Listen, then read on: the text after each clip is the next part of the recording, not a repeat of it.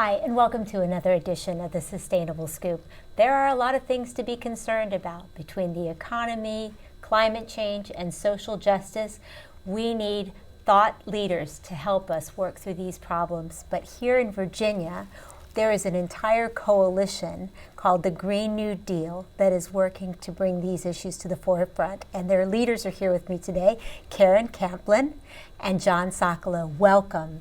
Thank you. Thank you for having us. Well, let's just help people understand what this grassroots coalition, the Green New Deal, is. Can you tell me a little bit about it, Karen? Oh, yes, definitely. The Green New Deal Virginia Coalition is a coalition that started about a year ago. And our common goal is to combat climate change and inequities. And so we've been working on trying to find the issues that are problematic to our Virginians and trying to find the policy solutions.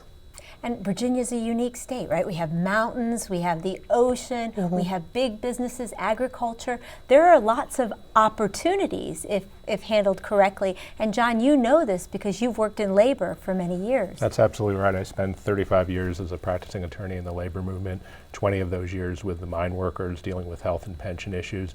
We're going to transition to a green economy. I don't think there's a question about that. The question was, will it be a just transition? I think of this very much as, and this is why I'm excited about the Green New Deal. 100 years ago, we had a transition from the horse and buggy industry to the auto industry. And the question then is, the question is now is not, was it going to happen? It did happen, it will happen. The question is, will we protect workers in the process? Will we protect communities in the process? Will we build a strong economy? Just as was done then, the middle class was born out of the transition to auto, steel. Those were unionized industries. We need to have the same for green energy. So I'm excited because the Green New Deal really brings these concepts together of environmental justice, the climate emergency, and economic justice all into one package. And again, opportunity if we work together. And I think that's one of the really beautiful things about this grassroots movement that has happened in every corner and facet of Virginia community and politics. How did you bring these groups together and get their voice and create this common message? Yes, definitely. So what John had just mentioned, we've got a range of different issues that are impacting us, right? We've got the climate change issues, we've got social justice issues, we've got the economy, and we've got, labor protection issues.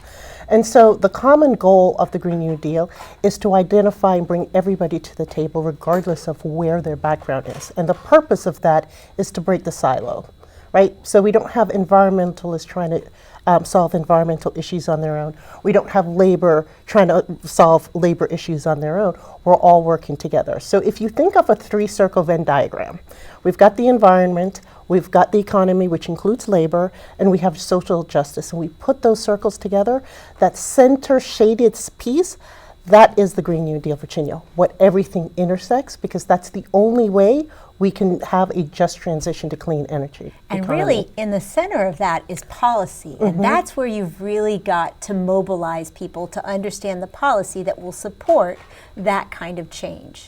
So there's some policy that you're working to advance in Richmond. I know you're working on the Green New Deal bill, which is very exciting. What are some of the other policies? Well, of course, as you know, transportation is the largest contributor to greenhouse gas emissions in Virginia, 46%. So we have a transportation bill, House Bill 585, for instance, that is encouraging municipalities, cities and towns over 20,000, and counties over 100,000 people to incorporate transit-oriented development strategies as part of their transportation plan. And what this will result in is a really comprehensive and robust transportation system that provides a diverse and affordable transit options, whether it be by car, by walking, by bike.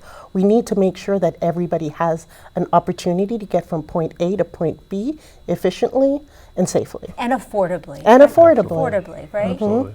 And then some of the initiatives on renewable energy, I think, are the most exciting and most aggressive because they'll touch communities and provide real investment.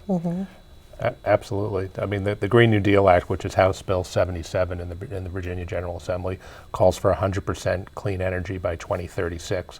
It calls for transition in housing, weatherization, insulation, those sort of things to cut our use of energy. Energy efficiency is one of the best ways to transition to a green economy by using less energy.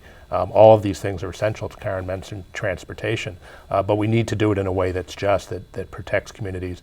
Communities of color in particular have been historically more impacted by polluting facilities. You can go to any city in America and see where the landfills are, where the highways are, where the compressor stations are, where the gas plants are. They're disproportionately in communities of color. So when we talk about a just transition, we have to talk about helping those communities first and foremost.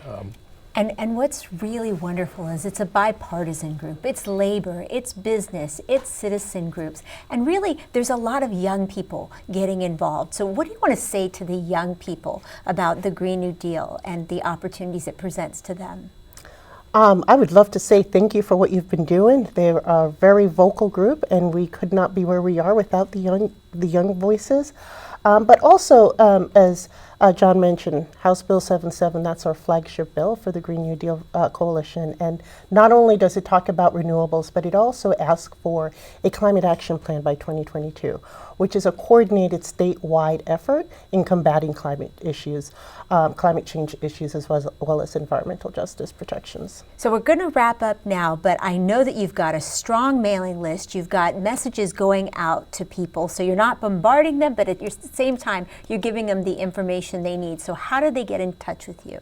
Oh, that's a great question. We've got a Facebook page at Green New Deal Virginia, and we also have a website, www.greennewdealva.com. All right, so go on and sign Twitter, up. yes. And a Twitter too. Yes. I want to thank you so much for your vigilance and your hard work, and I know that you're going to have great success here in Virginia because we want to be leaders in the future. Thank you. Thank Thanks you so very much much for having doing us. this. Yes. And I want to thank all of you for watching this edition of the Sustainable Scoop. I'm Miriam Gennari. Back to the news desk.